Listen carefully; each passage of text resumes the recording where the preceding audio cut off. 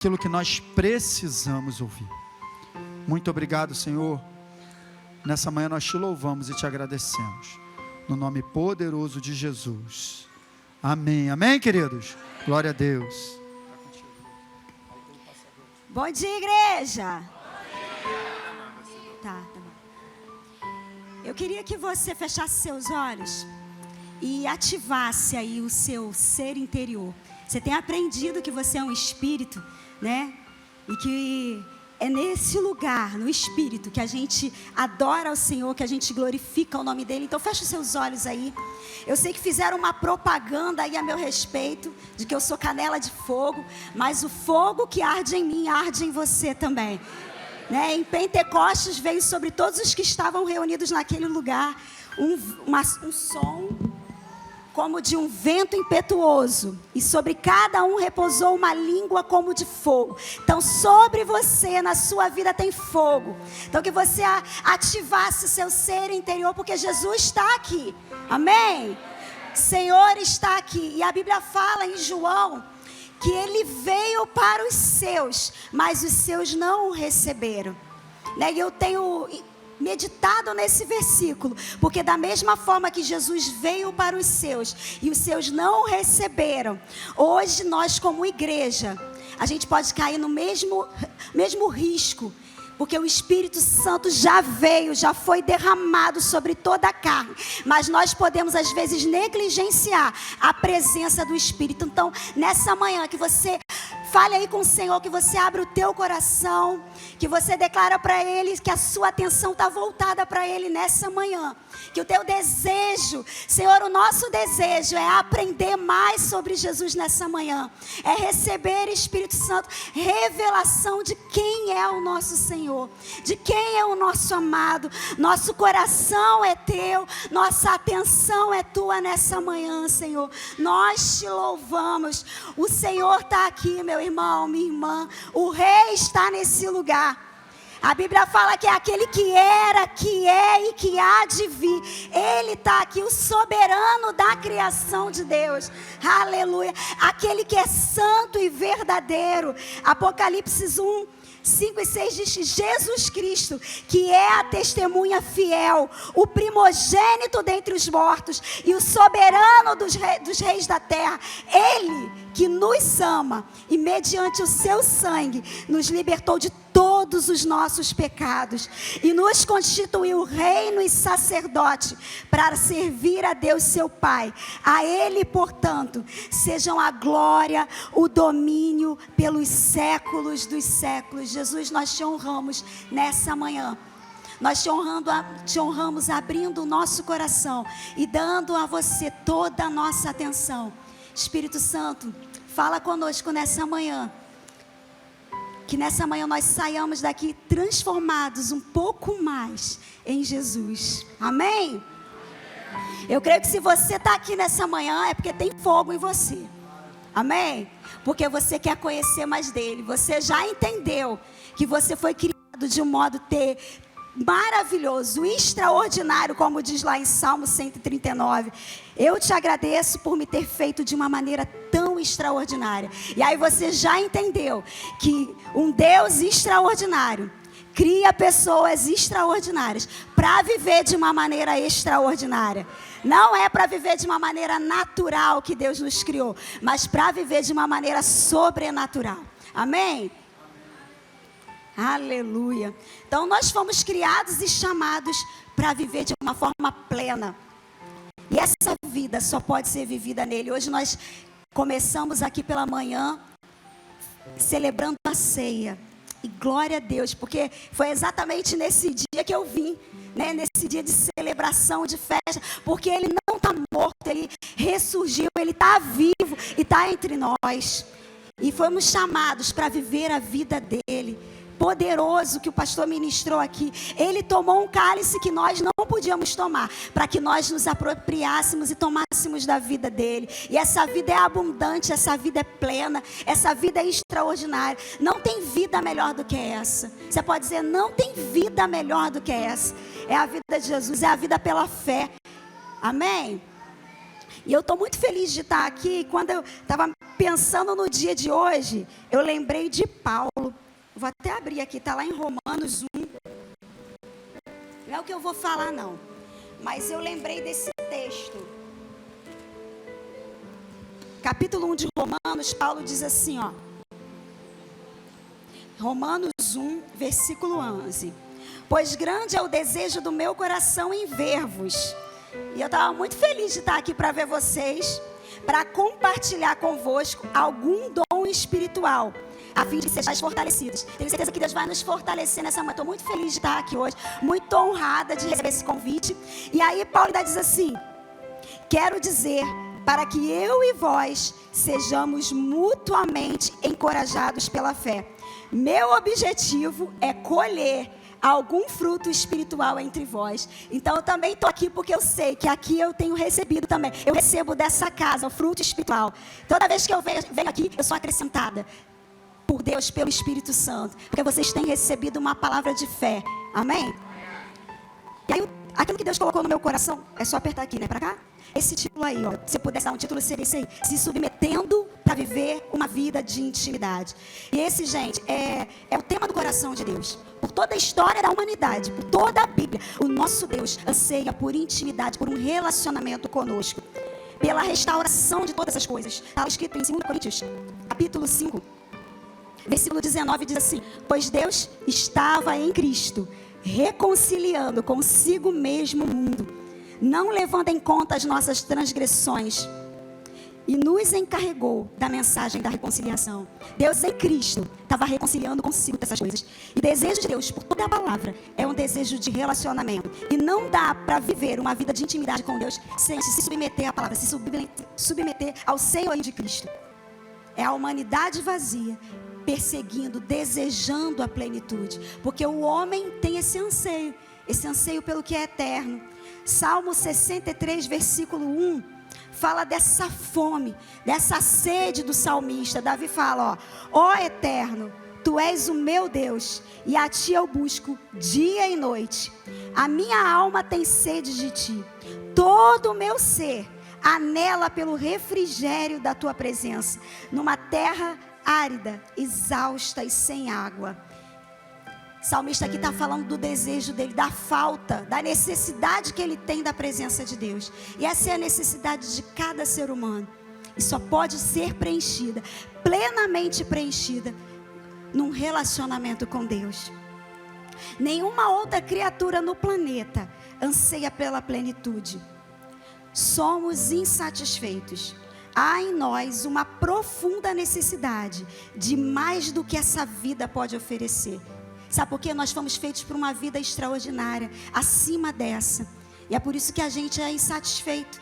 E isso não é, gente, uma imperfeição do homem.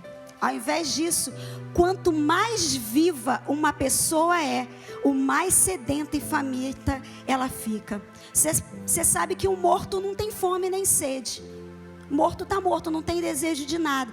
Mas nós, os que somos vivos, o que recebemos vida no Espírito, nós temos fome e sede de Deus. Nós queremos mais de Deus. Quando a gente acorda, por exemplo, num domingo como esse, pela manhã, e a gente vem para a igreja, a gente vem porque quer saber mais dele, a gente quer conhecer mais dele, a gente quer se aprofundar naquilo que ele tem para a gente quer ter um relacionamento mais profundo com ele, a gente deseja por ele.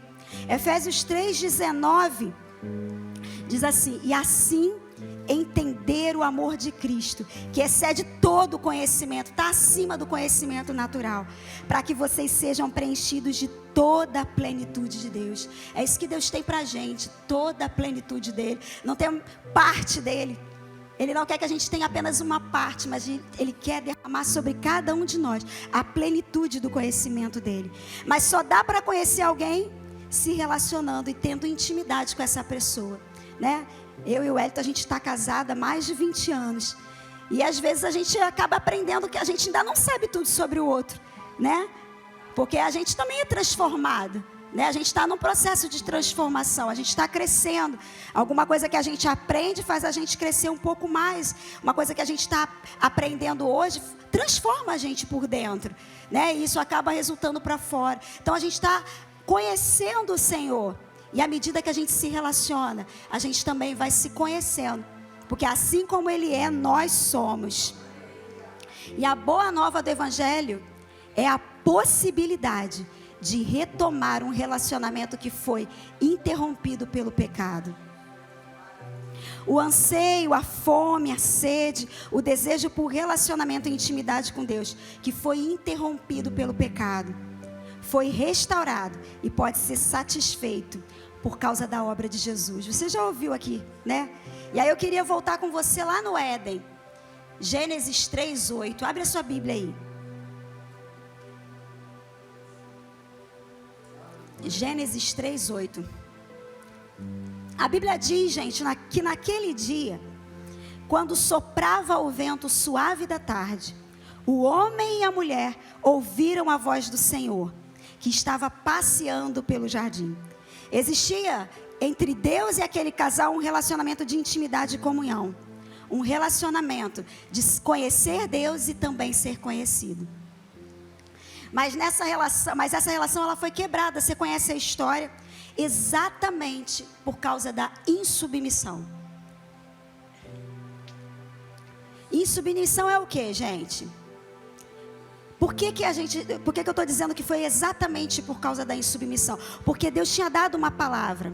A palavra de Deus, a voz de Deus, a vontade de Deus, aquilo que Deus tinha dito e pedido. Eles negligenciaram, eles não obedeceram, né? Então por isso aquele relacionamento foi quebrado. O que aconteceu no Éden foi exatamente na contramão daquilo que é o título de hoje: se submetendo para viver uma vida de intimidade. E aí a gente pode dizer que a insubmissão leva a uma vida de afastamento. A insubmissão à vontade de Deus, à voz de Deus, nos afasta dele. E hoje não é diferente. Todos os dias, cada um de nós aqui, somos assediados pelo inimigo a desobedecermos a palavra de Deus. O inimigo é o grande interessado nesse rompimento de relacionamento. Por quê? Porque ele não pode se relacionar com Deus. Eu e você podemos, mas ele não pode. E aí ele quer arrastar todo mundo para essa lama. E aí o que é insubmissão? O que é submissão? Submissão é disposição para obedecer, para aceitar uma situação, docilidade, obediência voluntária, obediência em amor. O inimigo, gente, ele corrompe as palavras. E uma das palavras é submissão, que foi corrompida pelo inimigo ao longo do tempo, né? E aí a gente vê tantas pessoas com medo dessa palavra, submissão, porque você acha que você vai sofrer debaixo de uma submissão. Mas a gente entende que a gente é submisso à vontade de Deus, porque a gente já entendeu que Ele é bom, que a natureza dEle é boa, que toda boa dádiva, todo dom perfeito vem dEle, tudo de bom vem dEle. Então eu me submeto à vontade dEle, porque eu vou experimentar bondade. Eu me submeto à vontade dEle porque eu vou experimentar amor. Eu me submeto à vontade dEle porque eu vou experimentar plenitude. Eu vou experimentar provisão. Debaixo da vontade de Deus tem tudo que vem de Deus. Amém? Então o que aconteceu no Éden foi exatamente o contrário. Desobediência ao que Deus tinha dito. Você conhece a história. E isso trouxe o quê? Prejuízos ao relacionamento que havia entre Deus e o homem. Então a obediência, que é a prática da vontade de Deus, e intimidade são conceitos absolutamente entrelaçados. Não dá para ter intimidade com Deus, um relacionamento com Deus, se eu não me submeto à palavra. Não dá para eu ter um relacionamento com Deus, conhecer o coração de Deus, a vontade dEle para a minha vida, se eu não me submeto à palavra dEle. Amém? Você está comigo aí? Obediência e intimidade são conceitos absolutamente entrelaçados. Sem a obediência, jamais experimentaremos aquilo que está ligado à intimidade. O que está ligado à intimidade? Os benefícios daquele relacionamento. Quando você se associa a uma pessoa e você tem um relacionamento com uma pessoa, uma amizade com uma pessoa, você desfruta do que tem naquela pessoa, dos conselhos, das palavras, né, daquilo que aquela pessoa pode proporcionar, da companhia daquela pessoa. Mas sem submissão, sem obediência, a gente jamais vai experimentar aquilo que está ligado a Deus. Por causa da desobediência e insubmissão à palavra de Deus, que é o próprio Deus, O homem e a mulher perderam o relacionamento e ficaram afastados de Deus. Antes, no jardim, tudo era sobre olhar para Deus, sobre o relacionamento com Ele. Mas aí a insubmissão entrou e trouxe um outro olhar. Agora é o homem olhando para ele mesmo.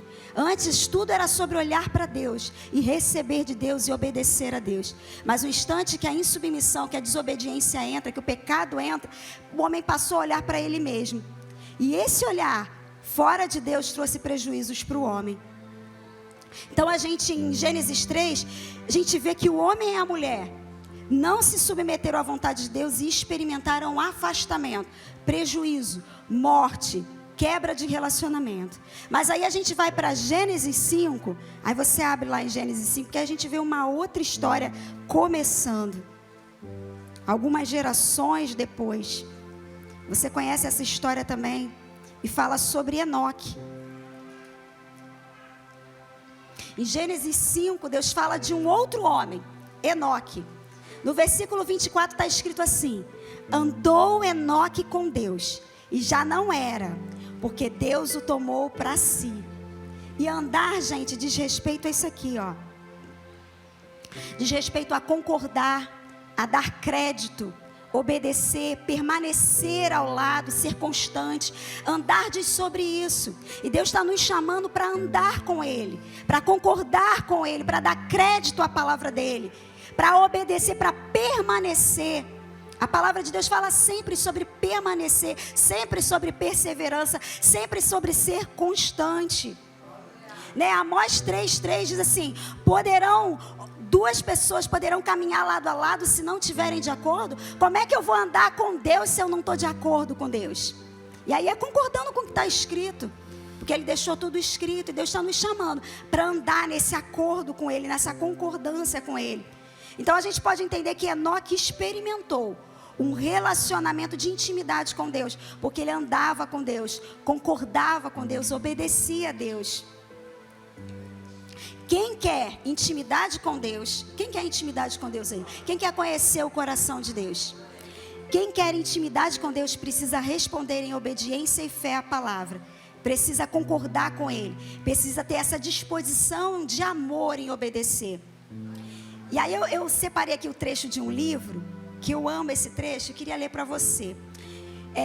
Só para te dar um panorama do que estava acontecendo aqui no capítulo 5. Enoque, ele foi contemporâneo de Adão, ou seja, ele e Adão viveram no mesmo tempo. Porque Adão viveu 900 e não sei quantos anos, mas Enoque viveu menos, né? Então, Enoque foi contemporâneo de Adão. Na verdade, Enoque, Deus levou Enoque, né? Então Enoque não morreu, Enoque não experimentou a morte. E ele foi contemporâneo de Adão. Quando Enoque nasceu, Adão tinha 627 anos. E Adão viveu 930. Com 65 anos de idade, Enoque gerou Matusalém, que você conhece, que foi aquele que mais viveu, né? E andou Enoque com Deus e depois gerou Matusalém. Viveu 300 anos e teve filhos e filhas. Isso está em Gênesis 5:22. Antes da queda, Adão andava com Deus. Mas depois da queda, a primeira vez que a palavra menciona sobre alguém andando com Deus é aqui, se referindo a Enoque. 7 gerações depois, Deus está revelando que o mesmo desejo dele de relacionamento antes da queda. 7 gerações depois, Deus está sinalizando que o relacionamento poderia ser restaurado. Bastava uma decisão para restaurar o relacionamento. E aí eu começo aqui a ler um pequeno trecho desse livro. Eu queria que você tentasse imaginar essa cena enquanto eu leio. Aqui está Enoque, um homem que no almoço familiar de domingo comia sua macarronada, tendo Adão sentado na ponta da mesa. Vamos tentar imaginar a cena. Depois da macarronada, os dois se sentam na varanda para tomar um cafezinho e começam a conversar. O ano é 856. Adão começa a relatar para Enoque como eram seus encontros com Deus. Como 800 anos atrás, Deus aparecia a ele todos os dias ao cair da tarde. Lágrimas correm dos seus olhos. De repente, ele para e pergunta para Enoque: por favor, Fale como está Deus agora. Quais são os seus planos? Fale para mim. Deus mencionou meu nome para você. Adão recordava do Éden, mas quem estava andando com Deus no dia a dia e tinha intimidade com Ele era Enoque. Pode ocorrer o mesmo conosco. Podemos ter tido uma tremenda experiência com Deus no nosso encontro com Cristo. Podemos ter andado um pouco com Deus e experimentado sua manifestação em nossas vidas. Podemos até ter testemunhos maravilhosos de como o Senhor nos curou, de como recebemos uma grande unção do Espírito Santo, de como Ele nos chamou e desenvolveu o nosso ministério. Podemos ter visões de anjos para relatar, podemos ter tudo isso. Mas se não estivermos andando com Deus hoje, respondendo em obediência, seremos como Adão, conversando com Enoque. Uns têm lembranças, o outro tem a presença constante de Deus na sua vida. Adão morreu com 930 anos. Enoque não morreu até agora. Ele foi tomado por Deus. Enoque fala de alguém que descobriu a sua identidade em Deus, que deseja andar em intimidade com Jesus, de alguém que como noiva anseia ser levada para estar com Ele por toda a eternidade. Deus nos chamou não para falar sobre Ele, mas para viver com Ele. Não sobre algo do lado de fora, mas algo do lado de dentro. Jesus veio, gente, para restaurar esse relacionamento, para nos dar esse privilégio de andar com Deus todos os dias, de ter essa companhia constante. E muitas vezes no dia a dia a gente é levado a viver uma vida natural, quando a gente foi chamado para ter uma vida sobrenatural, uma vida de relacionamento, não para viver como Adão, só de lembranças do passado, de coisas que Deus fez. Mas Deus quer fazer hoje na minha vida e na sua. Deus está nos convidando hoje para uma vida de relacionamento, onde todos os dias a gente experimenta da companhia dEle. Não de repente de uma coisa sobrenatural, como os olhos naturais pode parecer, mas daquele lugar de encontro, onde Ele encontra o teu coração e onde você encontra o coração dEle. Amém?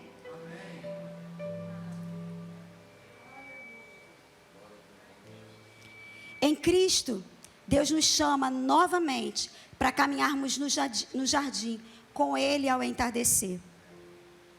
Mais do que nos livrar do inferno e nos fazer herdeiros das bênçãos naturais e espirituais, o desejo de Deus é restaurar todas as coisas. Foi o que a gente começou lendo aqui em 2 Coríntios. É o início de novo. Deus está nos chamando para a restauração de todas as coisas, para o relacionamento. E tudo começa no nosso relacionamento com Deus. Por isso que nós precisamos entender que tudo que Deus está fazendo agora na nossa vida, para um pouquinho aí, pensa no que Deus está fazendo na tua vida, coisas que você está vivendo hoje, tudo que Deus está fazendo na nossa vida, o pastor Luiz já falou isso aqui hoje, nesse momento, o objetivo maior é nos levar para mais perto dEle. Todas as coisas juntamente cooperam para o bem daqueles que amam a Deus, daqueles que são chamados segundo o seu propósito, e o propósito é um relacionamento. Tudo que Deus está fazendo hoje, tudo que está acontecendo na minha vida hoje, eu creio que coopera para esse relacionamento, para eu me aproximar de Deus, muito mais do que coisas naturais, porque a gente pensa nesse versículo e pensa em coisas naturais, mas o propósito maior é sobrenatural. Deus nos chama a pensar nas coisas do alto e não nas coisas de baixo. As coisas de baixo, as coisas dessa terra são acrescentadas, mas os nossos olhos, o nosso coração tem que estar nesse relacionamento, naquilo que é eterno. Às vezes a gente está desejando muito os prazeres naturais, aquilo que Deus pode nos proporcionar, quando a gente ainda devia estar buscando os prazeres espirituais. Porque se a gente experimentar prazeres em Deus, prazeres espirituais, a gente vai ver que realmente nem olhos viram, nem ouvidos ouviram, nem jamais chegou ao coração do homem aquilo que Deus tem preparado, porque são coisas sobrenaturais. Então o objetivo maior é nos levar para mais perto dele, para conhecermos e desfrutarmos dessa plenitude. E a obediência e a submissão estão diretamente ligadas aos resultados que a gente vai experimentar. À medida que a gente se submete à palavra de Deus e busca um relacionamento com Ele, a gente experimenta dele, a gente experimenta os benefícios desse relacionamento. Intimidade. O que é a intimidade? Relação estreita ou convívio muito próximo entre duas ou mais pessoas. Amizade íntima, familiaridade. Tudo que a gente experimenta em Deus e de Deus, gente, começa por Deus. Começa em Deus. É Deus que nos chama para orar. Você acha que você sentiu um desejo de orar? Quem te convidou para orar? Foi Deus. Você acha que você veio à igreja, você sentiu, você tem aquela vontade, aquele desejo de vir para a igreja? É Deus trabalhando na sua vida. Tudo que a gente experimenta em Deus, começa nele, é sempre um convite dele. Foi Ele que preparou esse caminho para que a gente de novo pudesse ter esse relacionamento. Sem Ele a gente não pode fazer nada. E aí João 17, 24, 26, Jesus ora. É a oração mais longa de Jesus. Queria até te dar um conselho. Para um tempo e medita nesse capítulo. Porque são as últimas palavras de Jesus antes de ir para a cruz. É a oração que Ele faz pelos discípulos e faz pela gente. Ele diz assim: Pai, eu desejo que os que me deste estejam comigo aonde eu estou. E contemplem a minha glória, a glória que me outorgaste, porque me amaste antes da criação do mundo. Pai justo, o mundo não te tem conhecido, eu porém te conheci, assim como estes entenderam que tu me enviaste. Eu lhes dei a conhecer o teu nome e ainda continuarei a revelá-lo, a fim de que o amor com que me amaste esteja nele e eu neles esteja. Deus quer revelar o amor dele através da pessoa do Espírito Santo. Você sabe que o Espírito Santo, ele é o nosso professor, é aquele que nos revela Jesus, é aquele que nos convence, é aquele que nos revela o amor de Jesus, o amor do Pai. Então Jesus ora pela gente, e intimidade começa com Deus, porque Ele já existia, muito antes do homem existir. E Ele nos amou, quando nós ainda éramos inimigos. Foi um convite, quando a gente não tinha nenhum desejo por Ele, Ele já nos amava e já nos queria trazer para perto, né? É o impensável, é Deus nos chamando para participar da comunhão da Trindade. Está com o Pai, o Filho e o Espírito, porque eles vivem para sempre em comunhão. E Ele nos chama para participar dessa comunhão. A gente tem que entender que intimidade começa com Deus, e esse convite para o relacionamento começa com Deus, porque se a gente achar que começa com a gente, vai falar da nossa performance. De quanto tempo a gente está no devocional, de que a gente não desiste, quanto tempo a gente passa orando, né? A gente vai contar tempo na presença de Deus, quando na verdade a gente se entende que é Ele que começa nos convidando. A gente entende que Ele para tudo na eternidade para ouvir a nossa voz. Você entende que privilégio você tem de quando você vai falar com Deus, Ele está parando para ouvir sua voz? E é a sua voz que satisfaz aquele lugar no coração dele, porque só você tem esse timbre de voz, só você é capaz de alcançar no coração de Deus esse lugar que foi feito especialmente para você. Porque se Ele tem um lugar no teu coração, você também tem um lugar de acesso ao coração dele.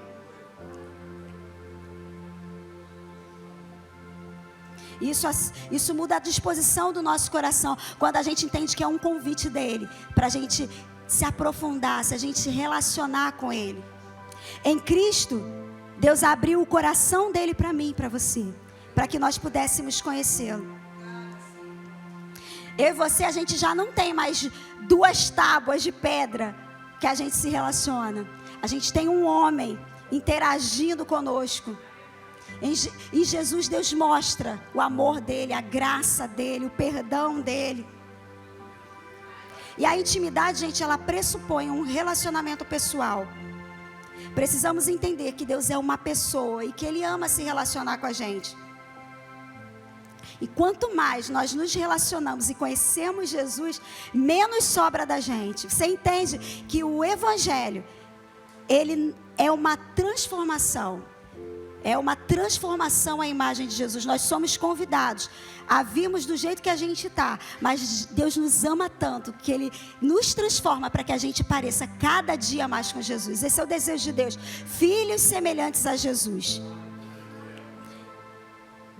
1 Samuel 15, versículo 22. Eu queria citar esse exemplo aí, além do exemplo de Adão e Enoque, que viveram essa dupla aí, né? Em submissão e afastamento, submissão e intimidade. Esse é um outro exemplo, o exemplo de Saul e Davi, né? 1 Samuel 15, nós vemos Deus dando uma ordem para Saul, o rei de Israel.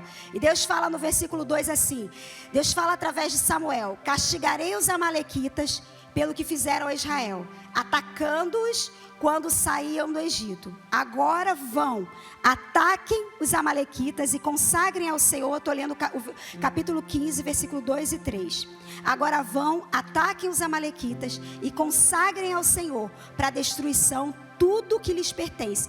Não os poupem. E aí, no versículo 9, diz assim: todavia Saul e o seu exército pouparam a vida de Agag e tudo que havia de melhor entre os despojos de guerra, do gado miúdo ao graúdo, os animais gordos e as ovelhas. Deus tinha dado uma ordem e Saul fez diferente daquilo que Deus tinha dito. Assim como Adão, Deus tinha dado uma ordem para o casal ali no Éden e eles fizeram diferente. Deus tem dado ordens para mim e para você. Deus tem dado comando, porque Ele é o nosso Senhor. E Senhor manda, amém? E aí, nesse caso aqui, Saul não fez o que Deus tinha pedido.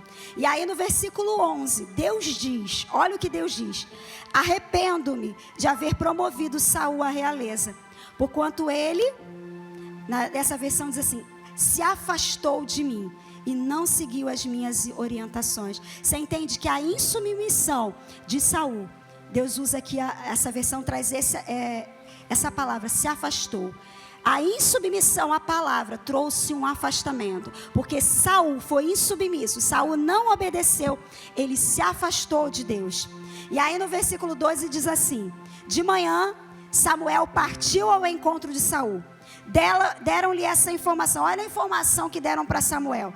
Saul foi ao Carmelo, onde construiu um monumento em sua própria honra. Já tinha entrado aí o orgulho no coração de Saul. E a gente sabe que o orgulho precede a queda. E depois partiu para longe e desceu a Gilgal. Assim que Samuel o encontrou, olha a saudação de Saul. Saul sai e diz assim: bendito seja tu de Yahvé, executei a ordem do Senhor. Saul estava achando que tinha feito a vontade de Deus.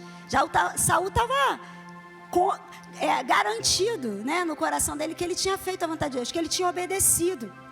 Contudo, Samuel lhe indagou: e que são esses balidos de ovelha que chegam aos meus ouvidos? E esses mugidos de boi que escuto tão bem? Porque Deus tinha mandado acabar com tudo, exterminar tudo. Ao que lhe replicou Saul: os guerreiros os trouxeram de Amaleque. Eles preservaram o melhor dos animais, grandes e pequenos, a fim de oferecê-los em sacrifício ao Senhor. O que Saul fez? Ele deu justificativas humanas para a desobediência dele, né? Assim como o Adão também deu. Foi a mulher que você me deu. E a mulher fala: foi a serpente. Deu justificativas humanas. E muitas vezes a gente dá justificativas humanas para poder desobedecer aquilo que Deus está mandando a gente. Que pode ser o que, gente? Pode ser perdoar. Pode ser dar aquilo que Deus está te mandando dar. Abrir mão ou fazer alguma coisa. E aí a gente fica dando justificativas humanas. Diante disso, Samuel censurou Saul, ordenando: cala-te, deixa-me te dizer o que o Senhor me revelou durante essa noite. E aí eu imagino que Saul deve ter ficado animado, né? Pô, Deus falou sobre mim essa noite. Pode falar, profeta. Me diz aí que eu estou doido para saber aquilo que Deus falou a meu respeito. Só que Deus disse o seguinte: por menor que sejas aos teus próprios olhos, não és o chefe das tribos de Israel? Yahvé ungiu-te rei sobre Israel. Ele te enviou como missionário com a seguinte recomendação: parte, decreta o anátema sobre esses pecadores, os amalequitas. Faze-lhes guerras até que sejam exterminados, porque não obedeceste às ordens de Yahvé, porque preciptastes sobre os despojos do inimigo e fizeste o que é mal aos olhos do Senhor. Samuel pergunta para ele: por que você fez isso? Então Saul argumentou com Samuel: mas eu obedeci ao Senhor. Só que ele fez uma obediência parcial. E obediência parcial é desobediência. Obediência parcial é desobediência. E Saul continua dizendo: realizei a missão que fui incumbido. Poupei Agag, rei de Amaleque, mas aniquilei os amalequitas. Fiz uma parte. Meu exército tomou as ovelhas e bois dos despojos de guerra, o melhor do que estava consagrado a Deus para destruição, a fim de sacrificar ao Senhor, o seu Deus, em Gilgal. Aí, contudo, Samuel declarou, é o versículo que está aí: agrada-te mais o Senhor com holocaustos e sacrifícios do que com a sincera obediência à sua palavra? De modo algum. A obediência é melhor do que o sacrifício, e a submissão do coração mais do que a gordura dos carneiros. Gente, porque às vezes você vai, como aqui, diz aqui, ó, é melhor do que sacrifício. A obediência é melhor do que o sacrifício. E a submissão do coração, mais do que a gordura de carneiro. É uma submissão voluntária, que às vezes vai doer, mas é na nossa carne. Você sempre tem que ter esse entendimento. Você que já tem o entendimento de que você é o Espírito. Às vezes tem coisas que você vai se submeter na palavra e que a sua carne não gosta. Perdoar, a carne não gosta por si mesma. Mas a gente já entendeu que a gente vive num lugar de governo, e esse governo é no Espírito, é uma vida sobrenatural, uma vida no Espírito, e desse lugar onde nós somos fortalecidos no Espírito, a gente pode governar a nossa carne. A gente pode dizer, vou perdoar sim, porque Deus está mandando. Vou dar sim, vou abençoar sim, porque Deus está mandando. Vou orar pelos meus inimigos, por aqueles que me perseguem sim, porque Deus está mandando. E aí eu me submeto à palavra. E isso faz com que cada dia mais eu me relacione com Deus. Não dá para viver uma vida de relacionamento com Deus sem submissão à palavra, sem obediência à palavra. Atos 13, 22. Ao contrário de Saul, nós vemos aqui Deus dando testemunho de Davi, né? Deus diz assim: depois que tirou o reinado de Saul, deu-lhes Davi como rei, sobre quem testemunhou: achei Davi. Você quer ser achado por Deus? Achei Davi. Pensa aí no teu nome: achei Ludmila, filha de Jessé, homem segundo o meu coração. O que esse homem segundo o coração de Deus faz? Ele fará tudo conforme a minha vontade. O homem segundo o coração de Deus, a mulher segundo o coração de Deus, é aquele que faz a vontade de Deus. É aquele que submete a palavra, aquele que se submete à palavra, aquele que obedece à palavra. Davi, gente, ele experimentou um relacionamento de intimidade e intensidade com Deus, sem precedentes na velha aliança. Você sabe que na velha aliança, uma vez por ano, o sacerdote ia lá, né, oferecer um sacrifício para poder ser perdão para o pecado de todo o povo. Mas Davi experimentou com Deus um relacionamento de intimidade e intensidade que extrapola esse pacto antigo, que faz referência ao que a gente vive hoje. Você sabe que Davi, ele que trouxe a arca da aliança esquecida por 20 anos na casa de Abinadab. Ele trouxe para Jerusalém. Foi ele que estabeleceu o louvor, a música. Foi ele que estabeleceu oração, o louvor 24 horas por dia, 7 dias por semana. Foi ele que entendeu que o relacionamento com Deus não era uma vez por ano, no Santo dos Santos, mas que era um relacionamento para todo dia. Era parceria, era convivência, era consciência da presença de Deus. Ele experimentou um relacionamento crescente, que produzia nele transformação e revelação. Salmo 27, 4... Você lê isso daí, é ele dizendo: só uma coisa pedi ao Senhor, isto é o que mais quero, viver na casa do Senhor todos os dias da minha vida, para ter uma visão da glória do Senhor e falar com Ele no seu santo templo. E a gente sabe que nessa época aí o templo ainda não tinha sido construído. Ainda não existia o templo que foi construído depois por Salomão. Mas Davi já tinha experimentado uma vida com Deus. Davi já tinha experimentado de Deus. Já tinha experimentado um relacionamento com Deus. Davi entendeu que seu chamado principal era sobre o primeiro mandamento: ser amado por Deus e amar a Deus. O sucesso e o sonho de Davi, gente, não era ser rei.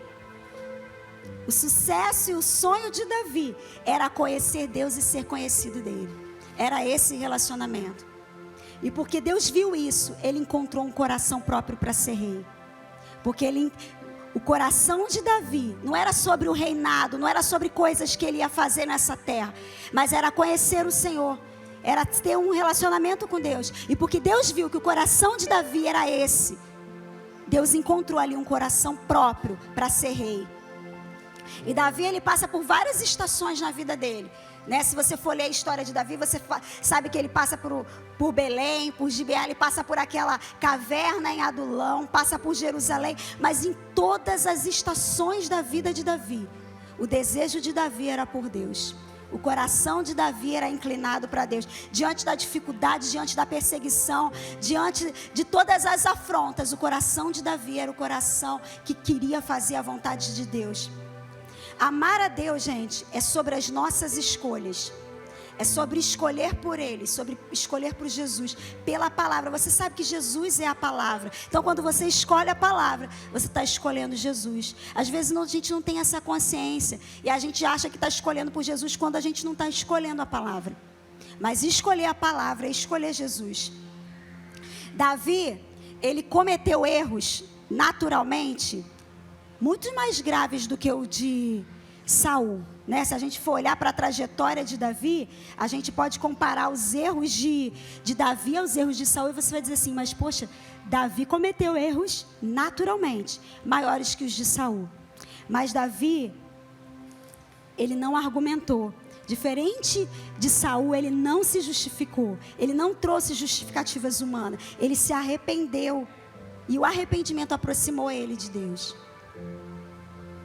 Salmo 51:17 diz assim: os sacrifícios que agradam a Deus são um espírito quebrantado, um coração quebrantado e contrito, o Senhor não despreza.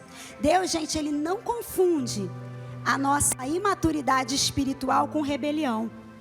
Ele conhece o nosso coração, Ele não confunde. Às vezes a gente é imaturo espiritualmente, por isso que a gente não responde.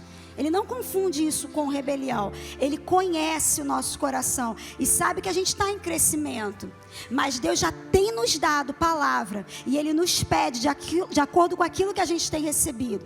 Eu e você já temos recebido palavra para responder em fé diante de algumas circunstâncias, para obedecer diante de algumas circunstâncias. Davi também não confundiu a disciplina de Deus. Quando Natan chega ali e confronta ele, Davi não confundiu a disciplina de Deus, a disciplina amorosa de Deus, com ira e rejeição.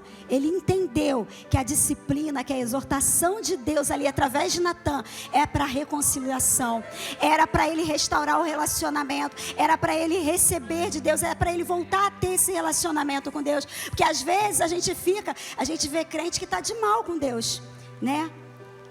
Porque entendeu mal, não aceitou, não recebeu a palavra de Deus como uma exortação de amor, como um trazendo de volta, como aquele cajado que é proteção e que busca a ovelha lá naquele buraco e traz para perto. Foi isso que Natan foi ali fazer diante de Davi. Você conhece a história. Você tem que entender que mesmo na nossa fraqueza, naquilo que a gente não faz, quando a gente se arrepende, se volta para Deus, Deus entende isso. É como se fosse aquele closed caption da televisão, fosse traduzido em amor. Quando a gente se arrepende, isso é traduzido para Deus em amor. Isso vai para Ele como amor. Ele entende que é você querendo o coração dEle. Somos chamados para uma intimidade singular, pessoal e individual. Davi, ele construiu uma história pessoal com Deus. Só você pode dar a Deus o seu coração, a sua voz. Só você pode construir uma história com Ele. Davi, ele não se comparava com outros, porque os olhos dele estavam sempre em Deus. E a gente pode olhar para o Novo Testamento e ver ali os apóstolos. E João, ele acreditou, né? A gente vê que ele mesmo se descreve como o apóstolo amado. O apóstolo João, ele entendeu esse lugar especial no coração de Deus, no coração de Jesus. E ele mesmo se intitulou como o apóstolo amado. Ele mesmo escreveu a história pessoal dele com Jesus. E cada um de nós somos chamados para esse relacionamento com Deus, para a gente construir a nossa história com Ele. A intimidade, ela gera, né? Você sabe que um casal, quando tem lá seu momento de intimidade, ele gera. E a intimidade gera. A intimidade com Jesus gera a vida de Deus em nós. E individualmente nós somos convidados a uma vida íntima com o Senhor, para a gente poder ter gerado em nós, ser gerada em nós a vida de Deus. E quanto mais a gente experimenta, mais de Deus é gerado. E aí ontem eu estava meditando sobre esse texto, que é uma das cartas, aquelas igrejas em Apocalipse. E Apocalipse 3:20 diz assim: eis que estou à porta e bato. Se alguém ouvir a minha voz e abrir a porta, entrarei em sua casa e cearei com ele e ele comigo. Gente, ouvir a voz de Deus nos leva a um lugar de decisão, nos leva a um lugar de posicionamento. E se a gente pensar aqui, essa carta que está lá em Apocalipse 3, você sabe que ali são várias cartas que Jesus vai ditando, né? E João vai escrevendo. Essa carta foi para uma igreja. E aqui a gente está vendo uma igreja que Jesus estava do lado de fora. Ele está do lado de fora batendo numa porta. E aí diz assim: eis que estou à porta e bato. Se alguém ouvir, a primeira coisa que a gente precisa é ouvir. E toda vez que a gente ouve a palavra de Deus, a gente é levado a um lugar de decisão. Todas as vezes que a gente ouve a palavra de Deus, o convite de Deus, a gente é levado para um lugar de ação. Mas só ouvir é pouco. Você conhece que também tem escrito aquele texto lá em Mateus, que há 2 casas são construídas. E compara-se a uma casa sobre a rocha e uma casa sobre a areia. Uma fala as 2 falam de pessoas que ouviram. Mas uma, que é a casa sobre a rocha, é de alguém que praticou. Alguém que teve uma ação. Então, ouvir é pouco. A gente ouve a voz de Deus e responde em obediência a essa voz. A gente caminha. Esse texto está falando sobre alguém que ouviu a voz de Deus, se levantou do lugar onde estava e caminhou até essa porta e abriu essa porta. Foi em direção a essa voz. Então, à medida que a gente ouve a palavra de Deus e caminha em direção à voz de Deus, e a gente só caminha através da fé, isso promove, isso faz com que um relacionamento de intimidade seja produzido. Porque a gente conhece a voz dele. E a grande tragédia que um cristão pode viver, gente, é não desfrutar desse relacionamento com Deus. É a grande tragédia, porque Jesus pagou um preço, um alto preço, para que a gente pudesse experimentar esse relacionamento, para que a gente pudesse conhecer o Senhor. E o que a gente pode, nessa vida, a gente pode negligenciar é esse relacionamento. Não somos chamados para religiosidade, mas para uma intimidade eterna, que começa quando a gente entrega a nossa vida para Jesus. Começa nesse lugar, onde todos os dias Deus nos chama de dentro, para a gente conhecer Ele. Deus, Ele é infinito, inesgotável. Deus está dizendo hoje para mim e para você, que se você já experimentou da bondade dEle, tem um nível de bondade maior para você experimentar. Se você já experimentou da provisão dEle, sabe que Ele é provedor, tem um nível mais profundo de provisão para você experimentar. Se você já experimentou do perdão dEle, tem um nível de perdão maior. Deus está dizendo que tem coisas profundas nele, que a gente ainda não experimentou, e que Ele está nos chamando. Mas que a gente ouve e a gente tem que responder. A gente tem que agir. E aí o versículo da carta à igreja, no capítulo 3, continua dizendo: ao vencedor, aquele que ouve e abre a porta, aquele que ceia com ele, participa desse relacionamento. Olha o que ele diz. Olha o que ele diz. Olha a herança. Para aquele que abre a porta, para aquele que ceia com ele, para aquele que tem um relacionamento com ele. Eu lhe concederei que se assente comigo no meu trono. Assim como eu venci e me assentei com meu Pai no seu trono. O resultado, gente, dessa combinação de ouvir a voz de Deus, de ouvir o seu convite, de se submeter à palavra, de obedecer, de levantar, de abrir a porta, de ter um relacionamento com Ele, produz o quê? Qual o resultado? Qual a promessa? Qual a herança? Para quem tem essa ação, não só ouve, mas age, para que se relaciona com Ele. É autoridade, é governo. E aí a gente volta lá no Éden, porque Deus criou o homem e deu ao homem a terra para que ele governasse. para que Ele tivesse autoridade, governasse sobre os animais, sobre as situações. Deus está nos chamando hoje porque Ele quer que a gente governe diante das situações. Ele quer que a gente tenha autoridade diante daquilo que se apresenta. Mas só vai haver autoridade e governo se a gente ouvir, agir e tiver um relacionamento com Ele. Por quê? Aí eu até coloquei aqui escrito: vida de submissão e intimidade geram governo e autoridade. Deus quer que eu e você, a gente governe. Governe nesse mundo. Governe as situações. Que a gente governe a nossa casa diante daquilo que Deus tem proposto para a gente pela palavra. Mas a gente só vai conseguir governar, a gente só vai ter essa autoridade para governar quando a gente se submeter à palavra e permanecer nesse relacionamento. E eu quero voltar aqui, ao vencedor. Você pode dizer assim: é o meu caso. Ao vencedor, olha o que Jesus está dizendo para você nessa manhã. Ao vencedor, o vencedor é aquele que permanece, aquele que persevera, aquele que abre a porta, aquele que permanece no relacionamento com Ele, aquele que busca conhecê-lo a cada dia. Não é aquele só que ouve. Ao vencedor, olha o que Jesus está dando. Isso ontem foi tão poderoso para mim. Eu lhe concederei que se assente comigo no meu trono. Ele morreu naquela cruz, Ele ressuscitou, mas você sabe que hoje Ele está assentado no trono. Tem um corpo humano no céu, tem um trono no céu. E Ele está dizendo que ao vencedor, Ele vai conceder que se assente comigo no meu trono. Assim como eu venci e me assentei com meu Pai no meu trono. Vida de submissão e intimidade geram governo e autoridade. Você quer governar, meu irmão? Tem situações que você quer governar? Tem situações que você olha e você acha que não tem como. Deus está dizendo que tem. Deus está dizendo, e eu vou voltar e vou repetir, que é a origem. É Gênesis, é o relacionamento para poder governar. É andar com Ele todos os dias para poder ter domínio sobre as coisas, sobre as situações. Mas isso passa pela submissão e o relacionamento de intimidade com o Senhor. Quanto mais eu me submeto à palavra, quanto mais eu busco esse relacionamento, mais eu recebo direção para esse governo, recebo autoridade para comandar as coisas naturais, porque Deus nos chamou para uma vida sobrenatural. Fecha seus olhos. Eu estou terminando por aqui.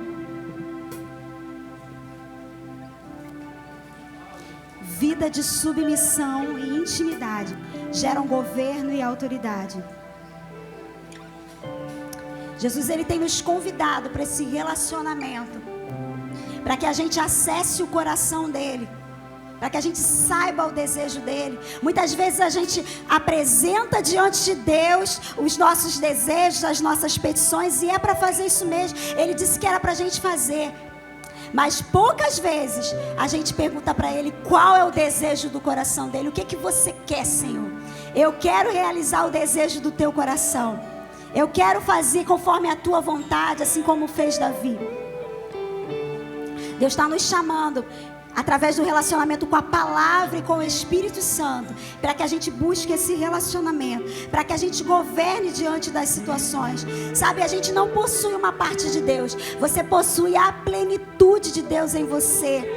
Agora a diferença está em quanto nós temos de fome e sede de Deus, o quanto nós queremos e desejamos por Ele, assim como Davi falou no Salmo 27. Sabe, o Espírito Santo, Ele está pronto para liberar. Ele que sabe tudo sobre tudo, Ele conhece Jesus como nenhum outro. E Ele tem toda a plenitude nele mesmo para liberar sobre nós o conhecimento de Deus. Agora, o quanto nós desejamos do Senhor, o quanto nós buscamos ao Senhor, o quanto nós estamos vivos de verdade para ter fome e sede. Quanto mais viva uma pessoa é, mais fome e sede ela tem. Oh Deus, nós te agradecemos nessa manhã.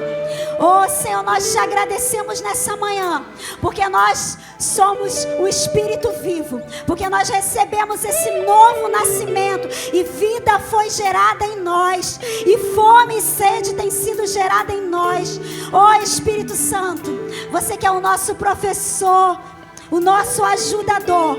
Nós queremos nessa manhã, se você deseja isso nessa manhã, coloca a mão no teu coração.